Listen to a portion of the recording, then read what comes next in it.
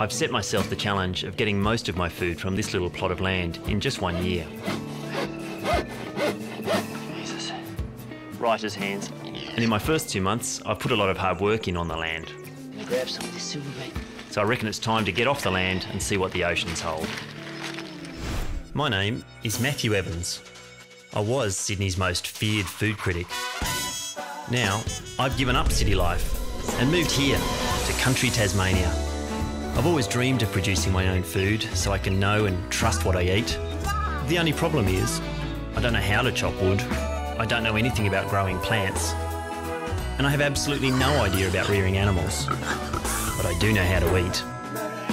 Everything else I'll have to learn from scratch. How hard can it be? How about this? Got myself a ute. Feel like a real farmer. All I need today, is my wetsuit. We're going fishing.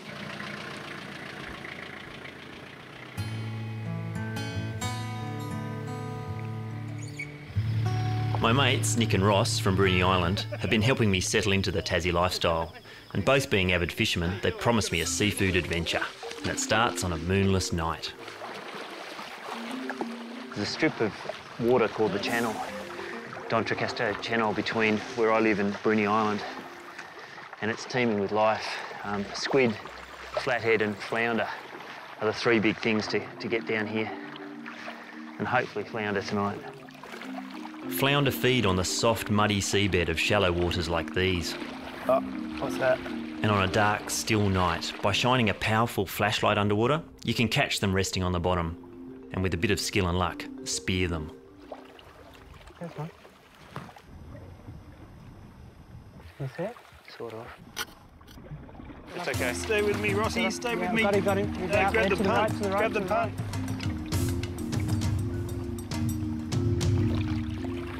They vanish as soon as you get near them.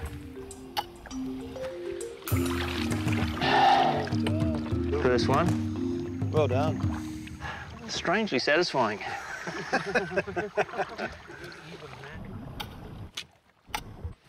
First one. This is a bit more brutal than normal fishing. There's one, Nick.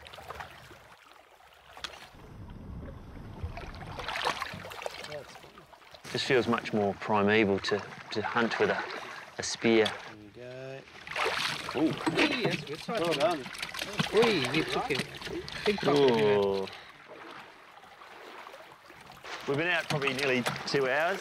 We've got probably nearly 10 flounder. Just to walk back. You don't make it sound very good. Don't I? A lot of walking. That's because I'm trying to drag this thing. Not much. I love walking. Don't you love walking? I just feel like a pack horse at the moment.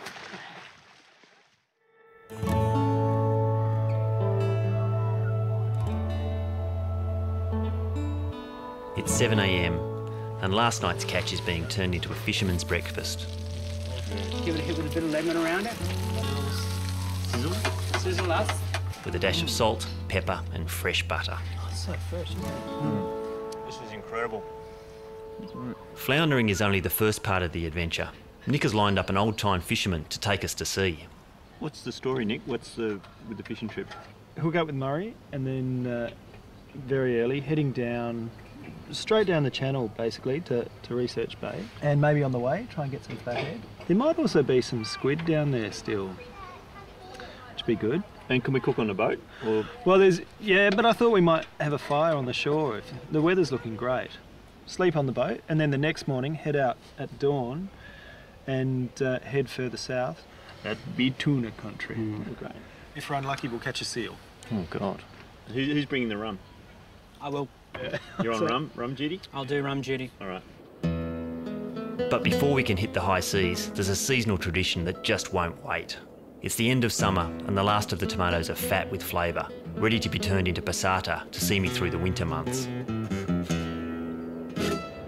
My secret source of tomatoes over summer, and probably the most amazing garden you'll ever see. It's a little market garden run by George the Greek. I'm going to go and see what he's got in the way of end of season tomatoes. I want to make a whole bunch of passata, which is tomato puree. Hey George. Morning. How are you? Good, thank you. You too? Yeah, nice to see you. Thank you. Nice to see you. I'd like to have a look what you got in the garden and Yes. see what else is happening. It's at the end of the season, I guess. Yes, yes. How long have you lived here? For 52 years. 52 years. Yes, about, yeah. Yes. George Papastomatis travelled from his native Greece to Australia in the 1950s as a young man seeking adventure and prosperity. But he only found his true home, Tasmania, when on a chance visit he discovered the fertile soils and perfect climate for his gardening passion some 20 years back. It's an amazing garden. I just noticed your tomatoes here. That's cherry tomatoes. Cherry tomatoes? Yeah. It's dry if you like it. Yeah, please. thanks. Cheers. Yeah. Incredible. It's like eating tomato sherbet. That's somebody give it to me. It's a Greek tomato, this one there, but... Greek ones. What's the Greek name for that? Tomatoes.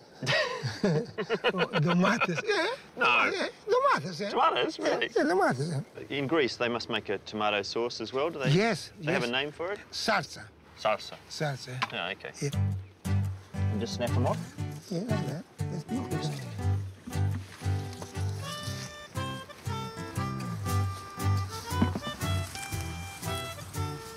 Yeah, very nice for eating. Yeah? Yeah. Salad. Good. Amazing. You Right. like to carry? Yeah. You've done all the work so Okay, far. I'm No the old worries. fella. You lead the on. young one. Show me the way back. So what else have you got today? Oh, look at these. They look a bit ugly, yeah? Yeah, but they're nice. All the ugly things is nice to eating. Yeah. Yeah. You reckon? Yeah, yeah. All the ugly Yeah, ones. So these aren't my tomatoes, and those are good for salad. Yeah, salad. Yeah. Even for But cooking have too. you got some for me to make sauce? Yeah. Yeah, master. Thank you. There, yeah. Right, thank you. Thank you too. These tomatoes, I don't normally buy them that nice to eat, let alone to make sauce with. They're amazing. These are the best ones. I know. You can't get anywhere. No. I know. Sure. They look beautiful. Yeah. I'm in love Yeah. with them already. I'll treat them with care and respect. Thank you. All right. Thank you again. Thank you very much. All right. Thank you. No worries.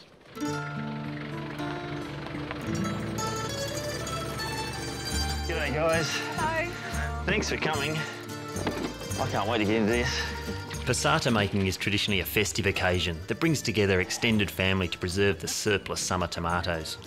I don't have any family in Tasmania, so I'm back at the cheesery with a group of friends, and we'll each take away a share of the passata. Just put it on the end of that table there. Yep. And it's quite a gloriously messy, sticky job, this. I love getting my hands dirty. I love actually getting my hands into food. You actually get a sense of, I don't know, handcrafting something. Sorry, I should have told you that you're going to get tomato all over you. You know, the seeds get in your ears. I find I get tomatoes growing out my ears.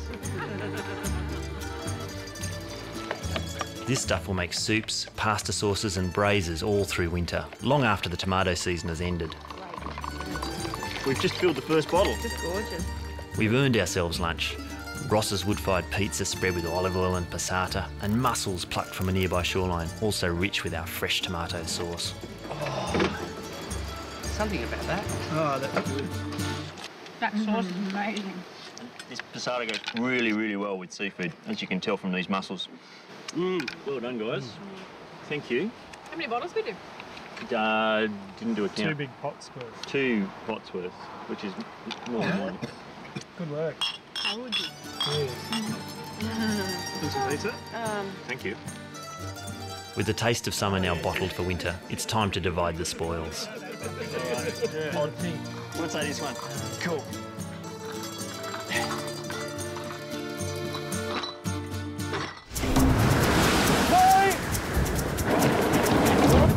One on the other side, hang on, you've only just got him. At last, the day of our fishing trip is finally here. How are you? I'm picked up by our skipper, Maury Wolfe. Matthew. G'day, Matt. How you going, old scout? Yeah, very good. Yeah, very good to see you. Maury has been fishing these waters for 50 or so years, and he's one of the few to still sell fresh fish off his boat at the wharf. Just across the channel, the boys come aboard. Hello. Morning. How are you? Good, very good. And we motor down the channel toward the open sea. We're in this facility here, All right, and where are we headed? and we're heading down through here, past Partridge Island, We're going to go down through here past Southport. We're going to run around and we're going to come into Research Bay and we'll possibly come into here. Because we're going to get some flathead here today. One thing's clear, Maury knows these waters better than anyone. You guys got something? No, we're full of here. Got to do some flathead now. Oh, we're shallow again? There you go, Nick. If it gets a little bit sloppy, we'll go down around the corner of it. You can tell the fishermen amongst us. I've got about 6 layers on. He's still in a t-shirt. Runners and jeans. Here you go. Here, get him aboard. You little fella.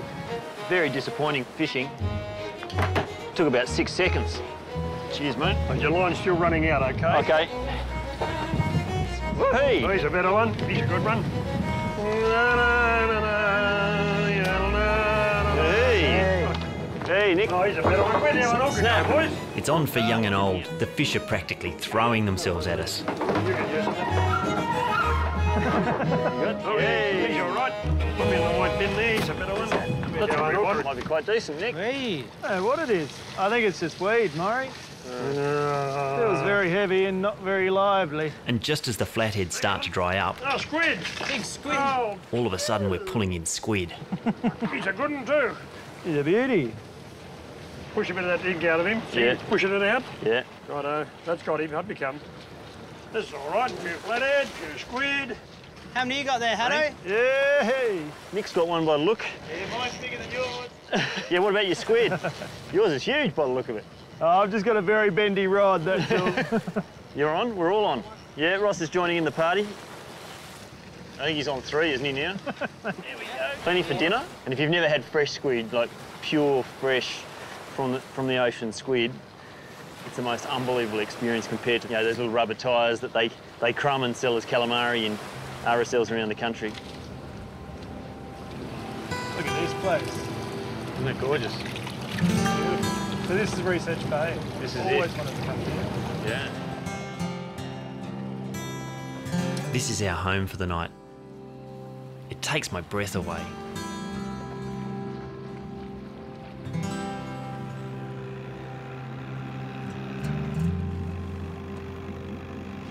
So we just pulled up in this beautiful little harbour sheltered down a Research Bay. It's unbelievably beautiful. It's heartbreakingly pretty. And the boys are just lighting a fire to try and get some of the catch cooked. This is my silver beet from my garden. I thought the salt water would probably be quite nice, season it a bit. Nice chopping board, Nick. Keep it really simple. So a bit of olive oil, garlic, chilli, salt and pepper, and I've just squeezed the lemon over the top. Try that, fella. All right. That's beautiful, Nick. How are you cooking the flatties? Just like this. Whenever you cook over this kind of heat, over coals or a fire, even if it doesn't look like it's getting any smoke, the flavour changes completely. These will be so much more interesting and so much better to eat than if we'd just done this same thing in an oven or a stove at home, even over a gas flame. Oh, right. And Maury's brought along a lively little surprise. Where are the crayfish from? Maury got them. Put out a pot last night. They're a bit too fresh for me. And he's not squeamish when it comes to dispatching them.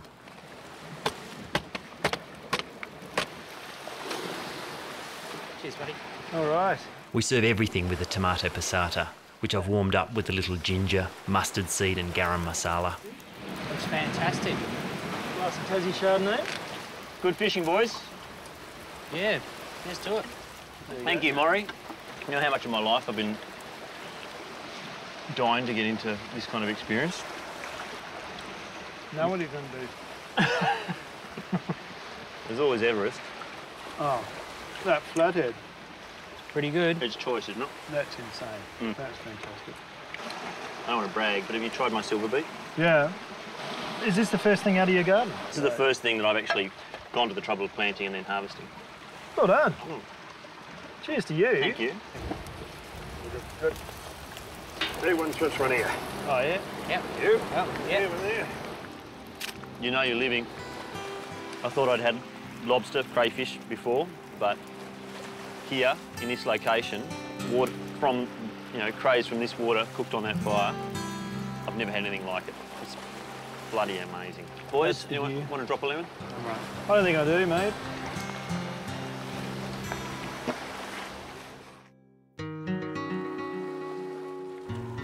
Day 2, and we're on the hunt for tuna, a majestic fish.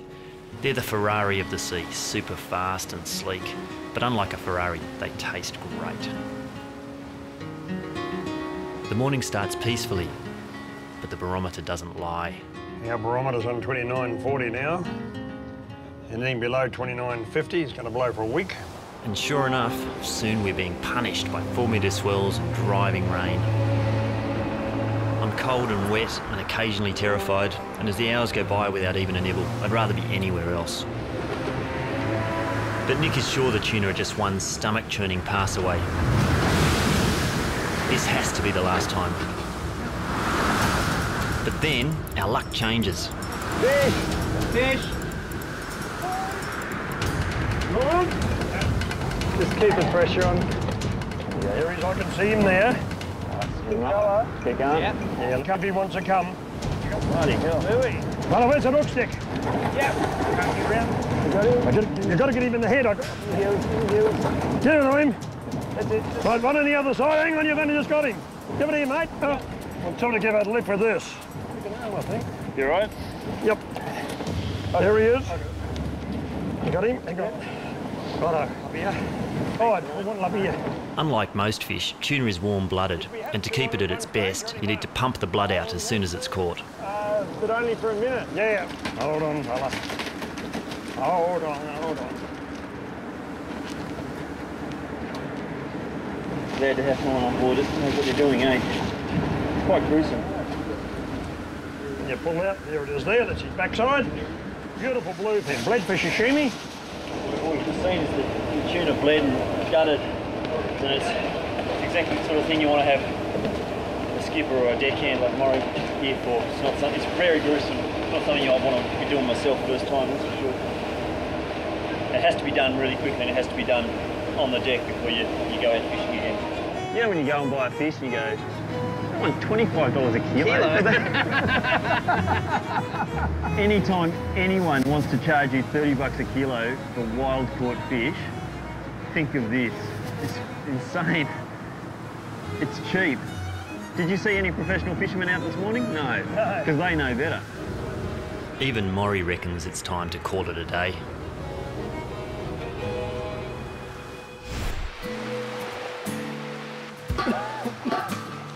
We're not going to eat that, are we?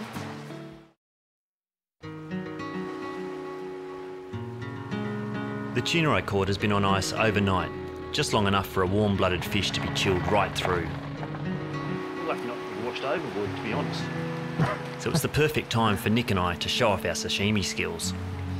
Is this a yellowfin or a bluefin? I thought it was a yellowfin. You'd think it'd be a yellowfin because of all of those, but it's actually, well, Maury said it was a bluefin, and he'd know. I don't feel great knowing that we've taken an endangered fish from the ocean.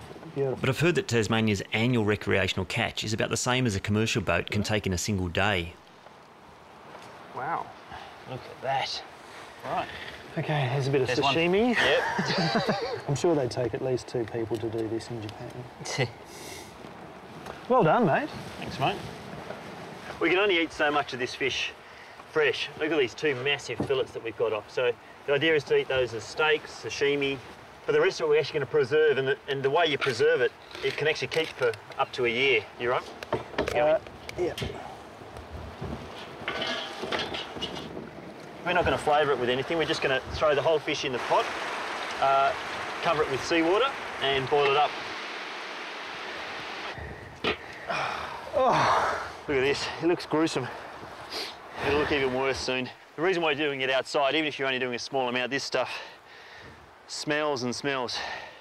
That's why we're not doing it at my place. 2 hours later, and our tuna is super stinky. We're not going to eat that, are we? But before we can get our hands into it, we'll have to let it cool down.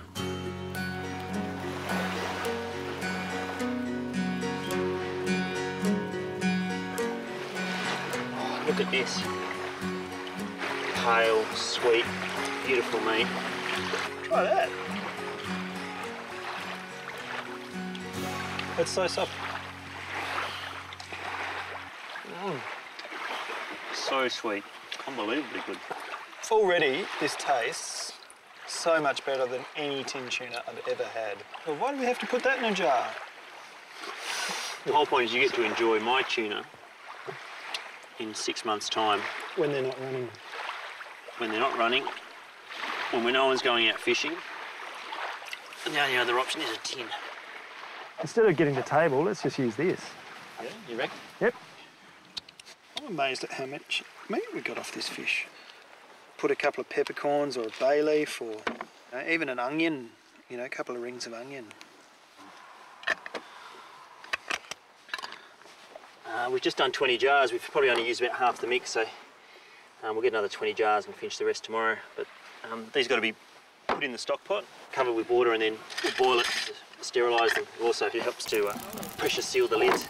While the jars are boiling, we'll see what we can knock up with the fresh tuna fillets. I'm just going to take the skin off, and then we're going to cut it into steaks. Oh, that looks great. It's only fair that Ross joins us to check out the tuna, and today he's working with a visiting Japanese baker. It's Kaori who'll have the final word on our sashimi, and I've got a special surprise for her. Hello. Do you recognise that? Wow, wasabi. Wasabi, fresh wasabi. Good. Grown in Tasmania. Smell that.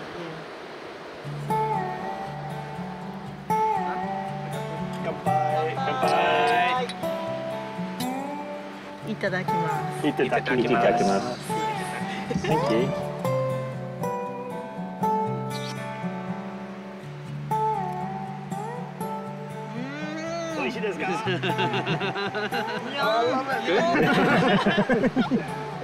Isn't that fantastic? Beautiful. Oh, really? There you go. That's good. That's good to know, considering how dodgy I was filleting it. That's great. That's really good, isn't it? Just melts. Lays over the tongue like a reclining nude, I think is the expression. It's hard to believe we went from something spurting up, spurting blood on the deck of a ship when in a 4 metre swell, to that. Something of elegance and beauty.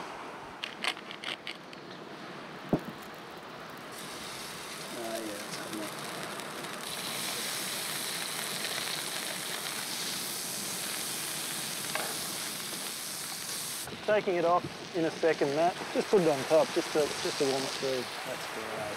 And with a generous sprinkling of chopped coriander, our tuna steaks are ready for the table. Yay! All right. Look what I made. Here's what he prepared earlier.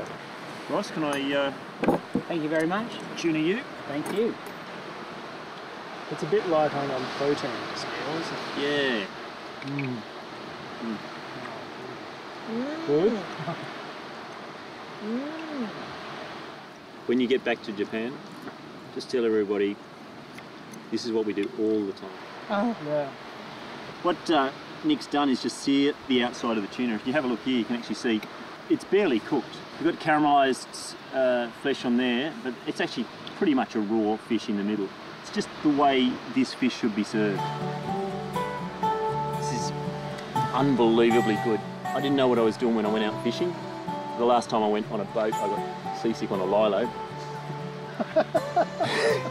Got on a 4 metre swell, pulled my first tuna, didn't know what I was doing when I was filleting it, and it still ends up as probably one of the best meals I've ever had in my life. And I've eaten it at some of the best restaurants in the world. Great produce, nicely handled, and good company.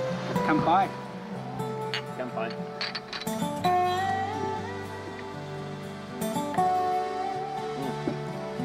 This is living.